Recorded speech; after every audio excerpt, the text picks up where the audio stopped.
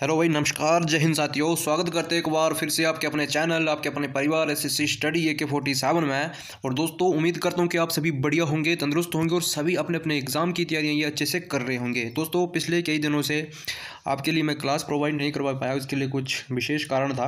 और मैं कोशिश करूँगा कि आपके लिए अब डेली जो है, डे बाई डे जैसे आपकी क्लास चलती रहती थी वैसे ही आपकी क्लास जो है आएगी। तो चैनल से आप बने रहिए, वीडियो को आप पूरा देखिए और टेस्ट को आप अपना कंप्लीट करिएगा, ठीक है। तो चलिए ज़रा टाइम वेस्ट ना करते हुए शुरू करते हैं आज के सेशन को। देखिए, पहला प्रश्न हमारी स्क्रीन में दिख रखा है। देखो, ए और बी के वेतन का योग जो है 43,000 रुपये है। ए अपनी आय का 95% तथा बी अपनी आय का 80% भाग खर्च कर देता है।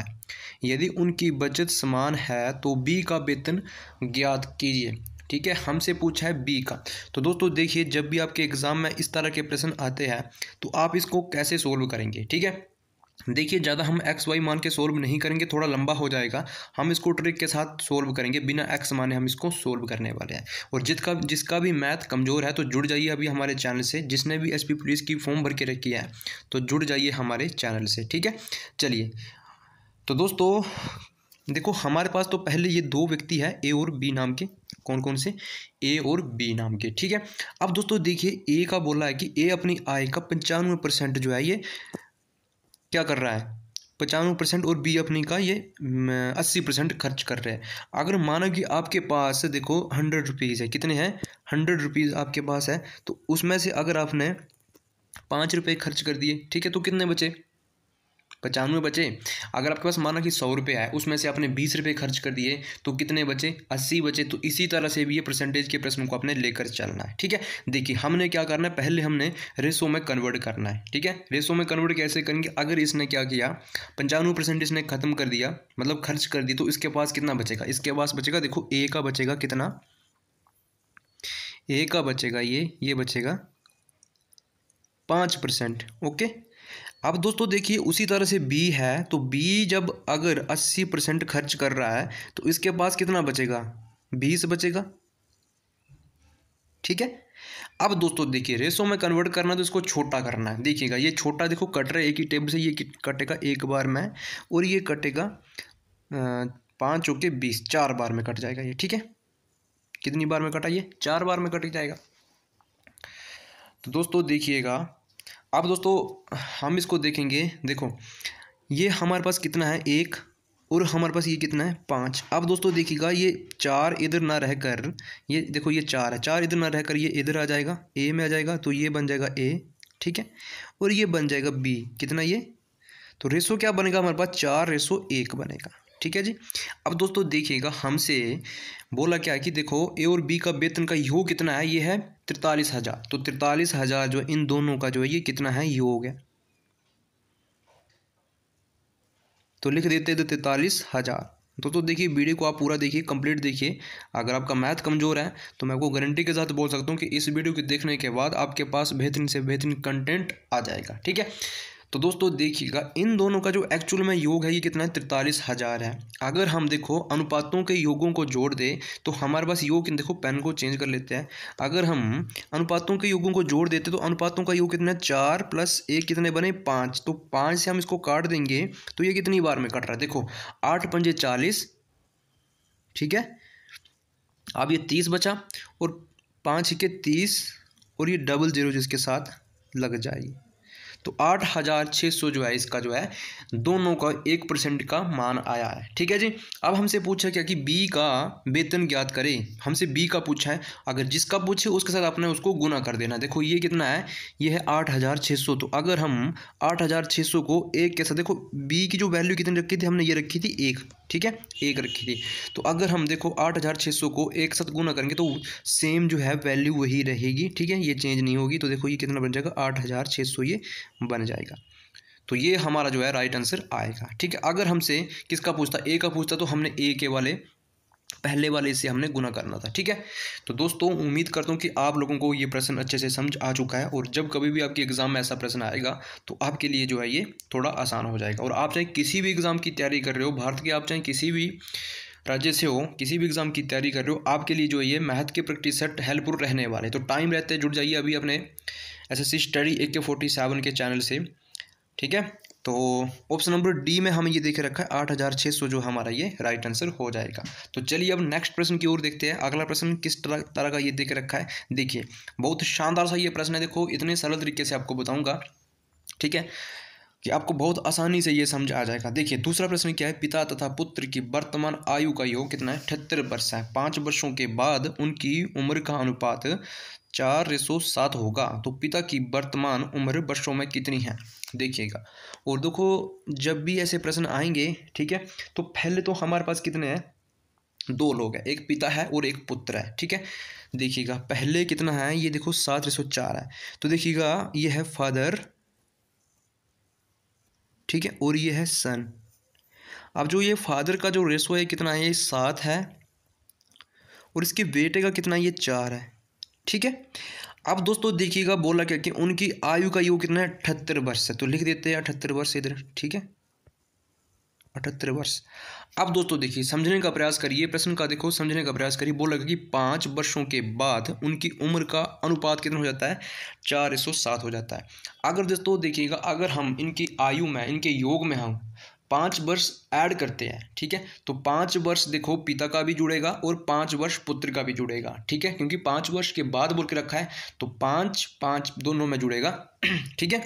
तो कितने हो जाएंगे, ये हो जाएंगे 10, क्योंकि ये दोनों की आयु का योग हो जाएगा। तो ये टोटल जो योग बनेगा 5 वर्षों के बाद ये कितना बनेगा, 88 बन जाएगा, 88 बन जाएगा। कितना बनेगा, ये 88 बन जाएगा, ठीक है। इतना सा काम करना है। अब दोस्तों देखिए बोला गया कि पिता की वर्तमान आयु क्या है। अगर देखो हमने अनुपातों में ये देकर रखा है, तो हमने क्या करना है, इसी अनुपातों का हमने योग करना है। तो 7 और 4 कितने होते हैं, 11। इसका योग कितना बना, ये बना 11। अब आपने क्या करना है, जो आपके पास ये अनुपातों का योग बना, ठीक है, उसको उससे आपने देखो काट देना है, किसको, जो हमारे पास ये एक्चुअल का योग बन रखा कितना, ये 88 है, ठीक है। तो अगर हम देखो 88 को काटेंगे 11 से काटेंगे, क्योंकि 11 जो है हमारे पास ये अनुपातों का योग है, तो 1% की वैल्यू कितनी आएगी दोनों की, ये आएगी 8, 11 × 88। देखिएगा इधर लिखता हूँ 8, तो ये जो आया 8, ये दोनों देखो ये फादर और सन का कितना आया, ये दोनों का 1% का मान, इनका जो बेस आया कितना आया, 8, ठीक है। अब दोस्तों देखिए समझने का आप प्रयास करिएगा। देखो अंतिम में बोले कि पिता की उम्र, वर्तमान उम्र कितनी है, ठीक है। तो हम क्या करेंगे, देखो पिता की वर्तमान उम्र हमसे पूछिए। देखो ये पिता का जो रेशो कितना है, ये 7 है, और इसका जो 1% का मान कितना है, ये 8 है। तो 7 8 कितने होते हैं, 56, ठीक है। अब कुछ छात्र क्या करेंगे, देखो अगर हमारे पास एक ऑप्शन और होता ई का, इसमें अगर हमें 56 दे के रखा होता, तो 90% छात्रों ने जो है 56 को जो ये कर देना था। बट हमारा ये 56 आंसर नहीं होगा, ठीक है, क्योंकि देखो हमें क्या बोला कि 5 वर्षों के बाद जो हमने ये देखो जो इसका निकाला था, ये 5 वर्षों के बाद का निकाला था, ठीक है। तो हम क्या करेंगे, 5 वर्ष इसमें से निकाल देंगे और हमें जो ये वर्तमान की आयु जो है पता चल जाएगी। तो 55 कितना बचेगा, ये 51 बचेगा, ठीक है। तो 51 वर्ष जो है ये किसकी आई, ये पिता की आयु निकल के आई। ऑप्शन नंबर कहाँ दे के रखा है, ये है, ये बी है और ये सी है, ठीक है।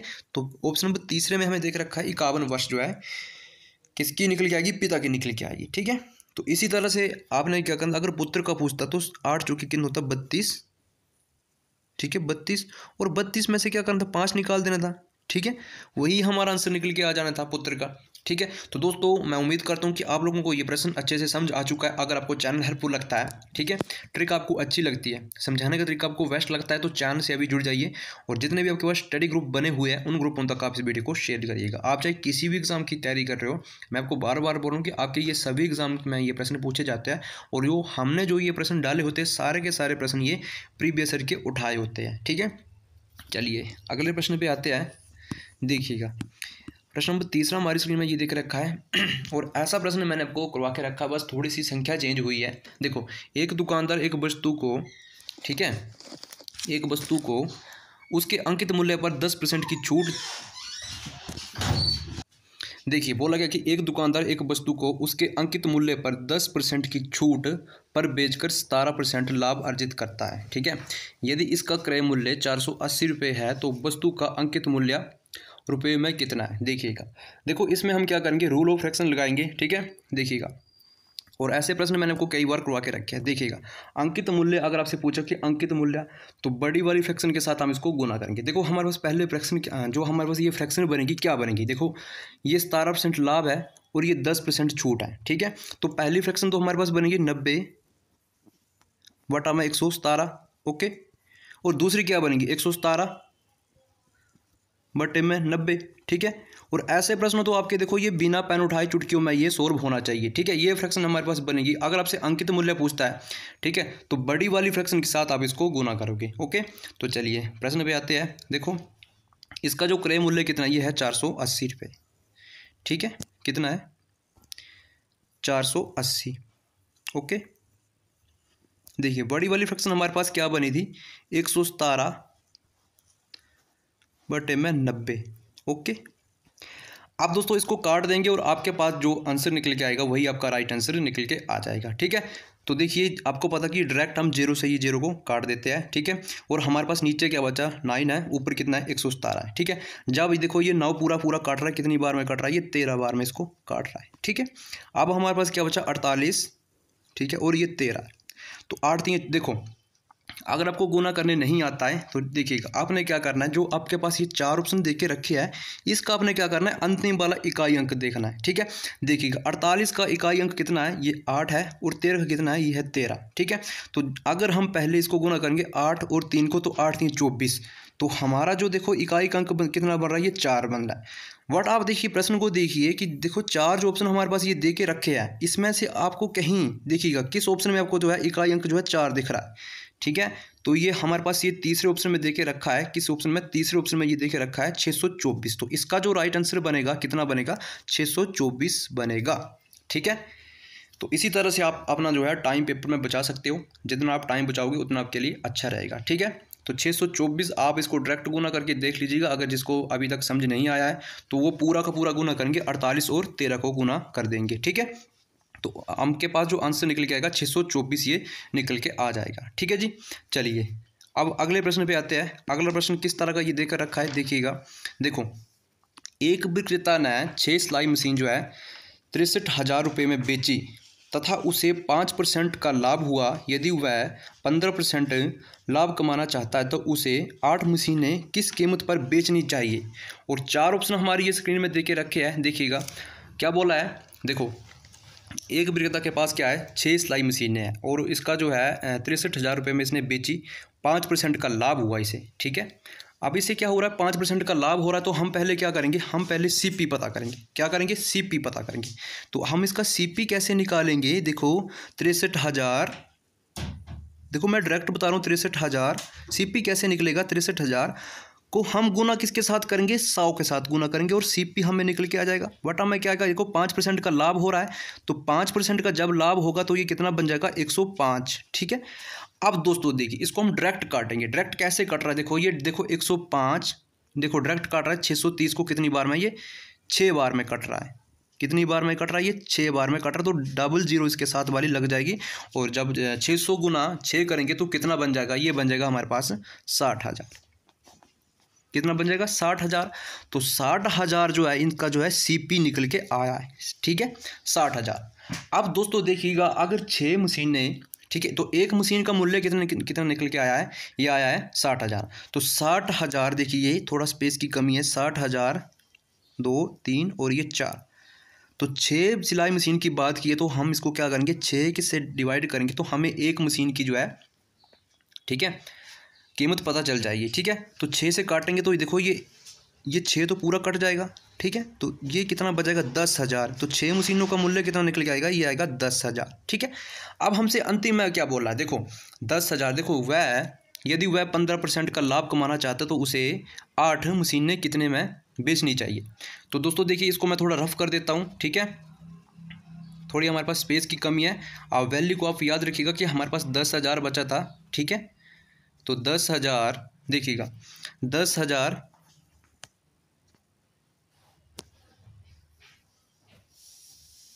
10,000, ठीक है। 15% का लाभ भी कमा रहा है, ठीक है। तो 15% का लाभ कमा रहा तो 115, ठीक है। और वटा में क्या आएगा, ये आएगा 100 और 8 मशीन ने बोला है, ठीक है, 8 मशीनों की कीमत पूछी है तो गुना कर दो किसके साथ, 8 के साथ इसको गुना कर दो। बस इतना सा काम कर दो, आपके पास देखो इतनी सी लाइन में आपका पास जो है ये सारा का सारा ये आंसर जो है निकल के आ जाएगा, ठीक है।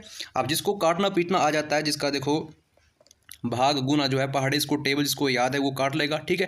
डायरेक्ट काटेंगे इसको, देखिएगा देखो ये 00 से ये ऊपर वाली 00 कट गई है, ठीक है। तो देखो ये जो 7 वाली, तो जो ये 100 बचा है, अब 115 में गुना होगा तो ये कितना, देखो इसके साथ ये देखो देखिएगा इसके साथ ये जुड़ जाएगी जीरो, देखो ये कितना 115 है, और ये 00 इसके साथ देखो 2 0 हमने काटी थी, ये इसके साथ लग जाएगी, ठीक है। और 8 मशीनों का पूछा था, ठीक है। तो देखिएगा तो 100 देखो हमारे पास जो ये वैल्यू है 8, ठीक है। तो आपने पूरा गुना करने नहीं बैठना, तो आप क्या करेंगे 115 को गुना करेंगे आप किसके साथ, 8 के साथ गुना करेंगे, ठीक है। तो 8 पंजे कितना होता है, देखो ये आता है 920 बनता है हमारे पास। देखो 8 गुना 115 करेंगे, कितना करेंगे 8 गुना 115, तो ये कितना बनता है 8 पंजे 40, ठीक है। 40 0 4 8 1 9, ठीक है। तो हमारे पास ये कितना बनेगा 920 बन जाएगा, कितना बन जाएगा ये 920 बन जाएगा। अब ये 00 जो बची थी उसको आप ऐड कर दो, लगा दो पीछे इसके, ठीक है। तो ये कितना बन जाएगा 92,000, ठीक है। तो 8 मशीनों का मूल्य कितना बन जाएगा, ये बन जाएगा 92,000 बन जाएगा। तो दोस्तों मैं उम्मीद करता हूँ कि आप सभी को ये प्रश्न अब अच्छे से समझ आ चुका है, ठीक है। आप चाहे किसी भी एग्ज़ाम की तैयारी कर रहे हो तो आपके ये सभी एग्ज़ाम के लिए जो है प्रश्न जो है इंपॉर्टेंट रहने वाले हैं, ठीक है जी। चलिए अब नेक्स्ट प्रश्न पे आते हैं कि अगला जो प्रश्न है किस टाइप का ये देकर रखा है, देखिएगा बहुत शानदार सा ये प्रश्न है, देखिएगा प्रतिवर्ष प्रश्न नंबर 5 में कि प्रतिवर्ष साधारण ब्याज की एक निश्चित दर से एक राशि 8 वर्षों में दुगनी हो जाती है, ठीक है जी। वह अवधि ज्ञात कीजिए जब यही राशि साधारण ब्याज की समान दर से 4 गुना हो जाएगी। तो दोस्तों अगर ये प्रश्न किसी का भी गलत हुआ तो आज वो पिटेगा, ठीक है, क्योंकि मैंने आपको ऐसे प्रश्न जो है बिल्कुल ओरल तरीके से करवा कर रखे हैं, ठीक है। चलिए तो पहले देखिएगा बोला गया कि एक राशि, ठीक है, साधारण ब्याज की निश्चित दर से 8 वर्षों में दुगनी हो जाती है। माना कि पहले वो जो राशि थी कितनी थी, वो 100 रुपये की वो राशि थी, ठीक है। अब अगर वो दुगनी होगी तो दुगनी 100 का दुगना कितना होता है, ये होता है 200, ठीक है जी। तो पहले तो मैं आपको बिल्कुल सरल तरीके से बताऊंगा, फिर मैं आपकी इसको ट्रिक बताऊंगा। ट्रिक तो क्या है, ठीक है, पर छोटी सी एक ट्रिक है जिसमें आपका इससे भी और टाइम बचेगा। देखो अब इस पे जो ब्याज मिला, देखिएगा 100 से 200 ही देखो दुगनी हुई, तो इस पे जो ब्याज मिला देखो 100 से 200 तो कितने का ब्याज मिला, ये 100 रुपये का इसे ब्याज मिल रहा है। बट ये कितने वर्षों की बात कर रहा है, देखो ये 8 वर्षों की बात कर रहा है। देखो 8 वर्षों में ये कितने का ब्याज मिल रहा है, 100 का ब्याज मिल रहा है, ठीक है जी। अब चलिए दूसरी लाइन पे आइए कि वह अवधि ज्ञात कीजिए जब यही राशि, ठीक है, साधारण ब्याज की दर से 4 गुना हो जाती है। अब पहले ये दुगनी हो रही थी, अब ये चुगनी हो रही है, ठीक है। तो माना कि पहले हमारे पास ये 100 थी, ठीक है। अगर ये 4 गुनी हुई है तो ये कितना हो जाएगा, 100 का 4 गुना कितना होता है, ये होता है 400 होता है, ठीक है जी। अब दोस्तों देखिएगा अब ये 4 गुनी हुई है तो इस पे कितने का ब्याज आ रहा है, देखिएगा इस पे जो ब्याज आ रहा है देखो 100 से 400 तो ये 300 का ब्याज आ रहा है, मतलब ये 3 गुनी हुई है, ठीक है। तो ये 3 गुनी जब हुई है तो देखो 8 से गुना कर दीजिए आप किसको, 3 गुने में गुना करते हो 8 3 24, तो इस तरह से ये प्रश्न आपका आंसर निकल के आ जाएगा, 24 वर्ष जो है आपका ये आंसर निकल के आएगा, ठीक है जी। तो 24 वर्ष किस ऑप्शन में देकर रखा है, ऑप्शन नंबर सी में ये 24 वर्ष देकर रखा है। तो इसी तरह से आपने प्रश्नों को सोल्व कर देना है और अपना जो है अपने टाइम बचा लेना है, ठीक है। अगर इस तरीके से भी आपको समझ नहीं आता है तो मैंने आपको पहले क्या बोल के रखा था, देखो जितनी गुण आपको बोल के रखी हो, ठीक है, जितनी गुण आपको बोल के रखी हो उसके साथ उससे आपने एक कम करना है। मतलब आपको दुगनी बोली हो तो दुगनी को आप क्या लिखोगे 100, अगर आपको तिगुनी बोली हो तो तिगुनी को क्या लिखोगे 200, 4 गुनी बोली हो तो 300, 5 गुनी बोली हो तो 400, अगर 6 गुनी बोली हो तो 6 गुनी को आप लिखोगे 500, 7 गुनी बोली तो 600। तो इसी तरह से आपने क्या करना है, देखिएगा इधर पहले पे देखिएगा, हमें पहले क्या बोला था कि एक राशि जो है 8 वर्षों में दुगनी हो रही है, तो दुगनी को हम क्या लिखेंगे 100, ठीक है। दुगनी को हम क्या लिखेंगे 100, और जितने वर्ष होंगे तो उससे हम पहले काट देंगे, ठीक है। तो काटेंगे तो देखो 12 8 96, तो ये 12.5 आता है, ठीक है, 12.5, ठीक है। अब देखो ये क्या है 4 गुनी है, तो 4 गुनी को हम क्या लिखेंगे 300, ठीक है 300। तो बस इसी जो काट के जो आएगा उसी से आपने फिर इसको भाग कर देना है। तो देखो 300 को जब हम 12.5 से काटेंगे, ठीक है, 12.5 से काटेंगे तो डायरेक्ट काटो तो कितना आएगा 24 आएगा। देखिएगा सारा का सारा झंझट आपका ये खत्म हो चुका है, ठीक है। तो इसी तरह से आपने प्रश्नों को उड़ाना, ठीक है जी। अगर आपको चैनल देखो हेल्पफुल लगता है तो चैनल को आप शेयर करिए, जितने भी भाई बहन आपके किसी भी एग्ज़ाम की तैयारी कर रहे हैं उन तक आप इन वीडियो को शेयर करिएगा, ठीक है जी। चलिए अगले प्रश्न पे आ जाते हैं। अगला प्रश्न किस तरह का ये दे के रखा है, देखो प्रश्न नंबर 6 हमारी स्क्रीन में दे के रखा है। देखो कि x रुपये पर, ठीक है, 9% प्रति वर्ष की दर से 2 वर्षों के चक्रवृद्धि ब्याज और साधारण ब्याज में देखो 20.25 रुपये का अंतर, तो x का मान क्या है। देखो रेट ऑफ इंटरेस्ट हमारे पास क्या देकर रखा है, 9% देकर रखा है, x का मान पूछ रहा है, x हमसे पूछ रहा है। तो देखो x को देख के आपने कन्फ्यूज नहीं होना है, और मैंने आपको देखो ऐसे प्रश्नों को करवाने के लिए एक फार्मूला लिखा के रखा है। तो दोबारा से अगर आपको भूल चुका है तो दोबारा से देखो, एक बार फिर से रिप्लाई करता हूँ। देखो चक्रवृद्धि ब्याज और साधारण ब्याज के बीच का जब भी अपने अंतर निकालना है, ठीक है, तो आप क्या करोगे, इसके लिए क्या फार्मूला लगेगा, देखो डिफरेंस क्या लगेगा, डी बराबर डिफरेंस बराबर, ठीक है, डिफरेंस बराबर पी आर स्क्वेयर, देखो पी आर स्क्वेयर, ठीक है। नीचे क्या करोगे आप, 100 का स्क्वेयर। बस इतना सा काम करना है, यही काम करना है, और इसी फार्मूले के साथ आपका ये आंसर निकल के आ जाएगा, ठीक है। अगर आप देखो कॉपी पेन लेके बैठे हो तो इस प्रश्न को पहले आप लिख लीजिएगा, या आप इसको स्क्रीनशॉट ले लीजिएगा, ठीक है। इसी प्रश्न से हम, इसी फॉर्मूले से हम जो है अपना आंसर निकालेंगे, ठीक है जी। चलिए तो मैं इसको थोड़ा रफ कर देता हूँ ताकि हमारे पास ये स्पेस बच सके। चलिए देखो हमारे पास डी कितना है, डिफरेंस कितना है, बोला क्या कि देखो 20.25 रुपये का अंतर है, तो लिख देंगे 20.25 का अंतर है बराबर, देखो प्रिंसिपल कितना है हमें पता नहीं, तो हम इसको लिख देते हैं एक्स, ठीक है।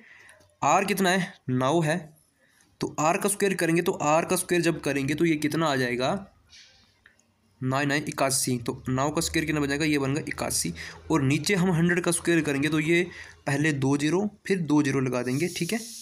बस इतना सा करोगे और आपके पास ये आपका आंसर निकल के आने वाला है, ठीक है।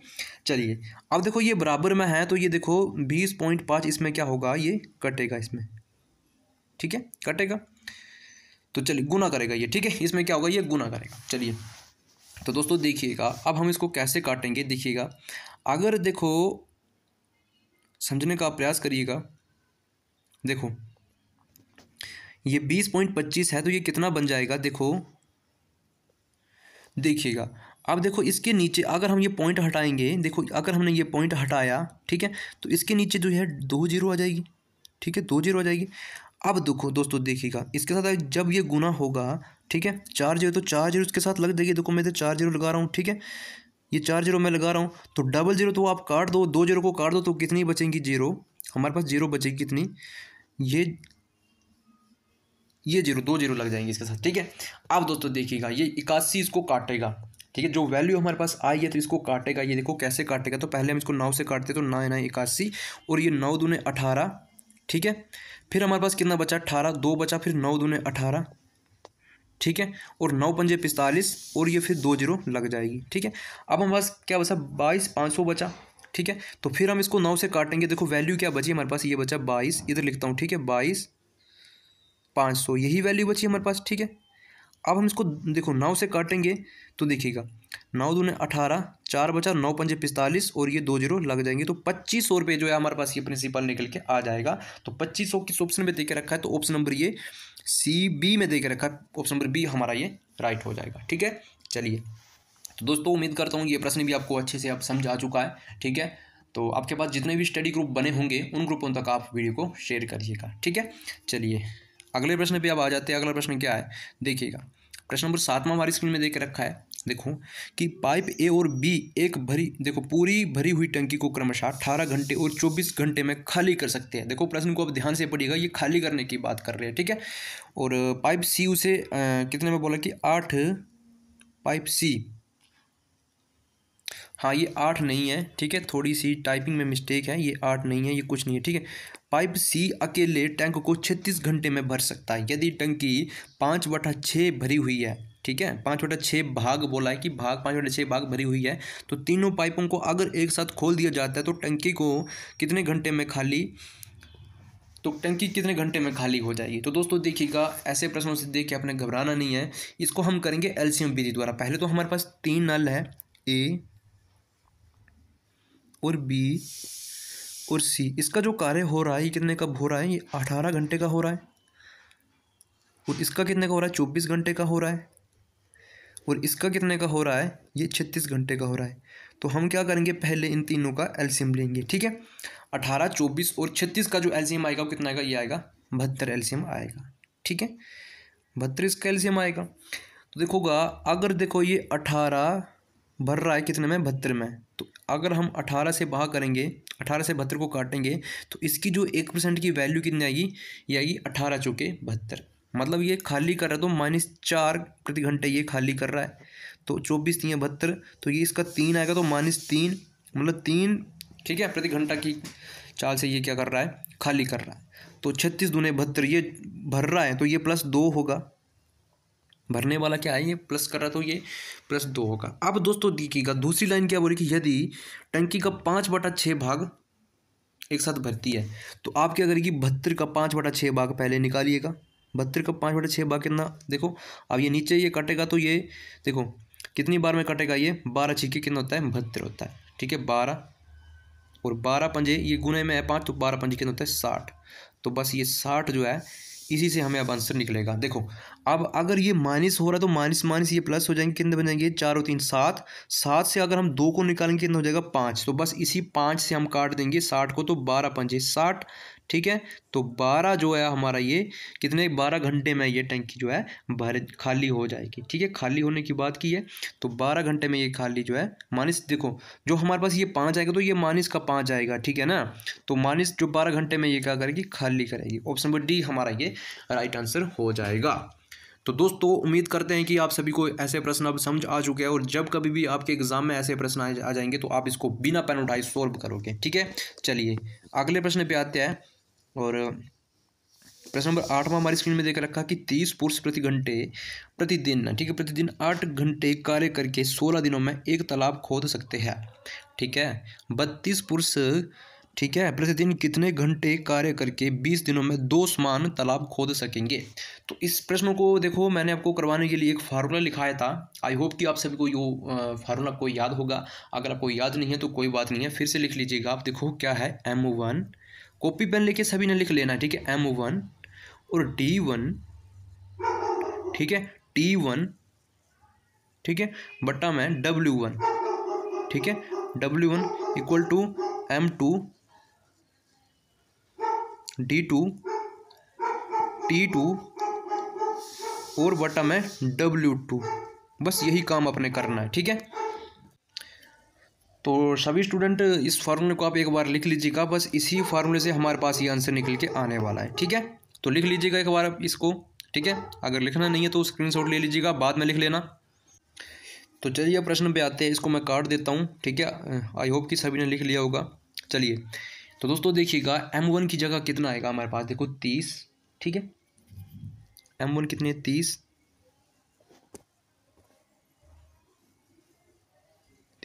गुने D1 कितने हैं, 16। ठीक है, और T1 कितने हैं, गुने 8 घंटे। ठीक है, T1 टाइम कितना है, 8 घंटे का टाइम है। ठीक है, और W1 कितना है, देखिएगा बोला क्या कि एक तालाब, तो एक तालाब ये खोद रहे। तो इसी तरह से M2 पे आते, तो M2 कितने, 32, कितने हैं M2, 32। ओके, M2 कितने, 32, और D2 कितने हैं, ये है 20। और इस प्रश्न में हमें T2 बताना है। क्या बताना है, ये हमने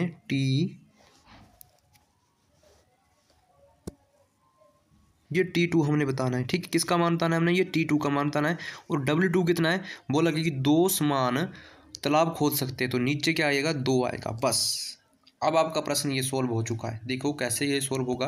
अब देखो काटा पीटी कर देंगे। देखो ये 2 है, ये 32 को काटेगा कितनी बार में, 16 बार में काटेगा।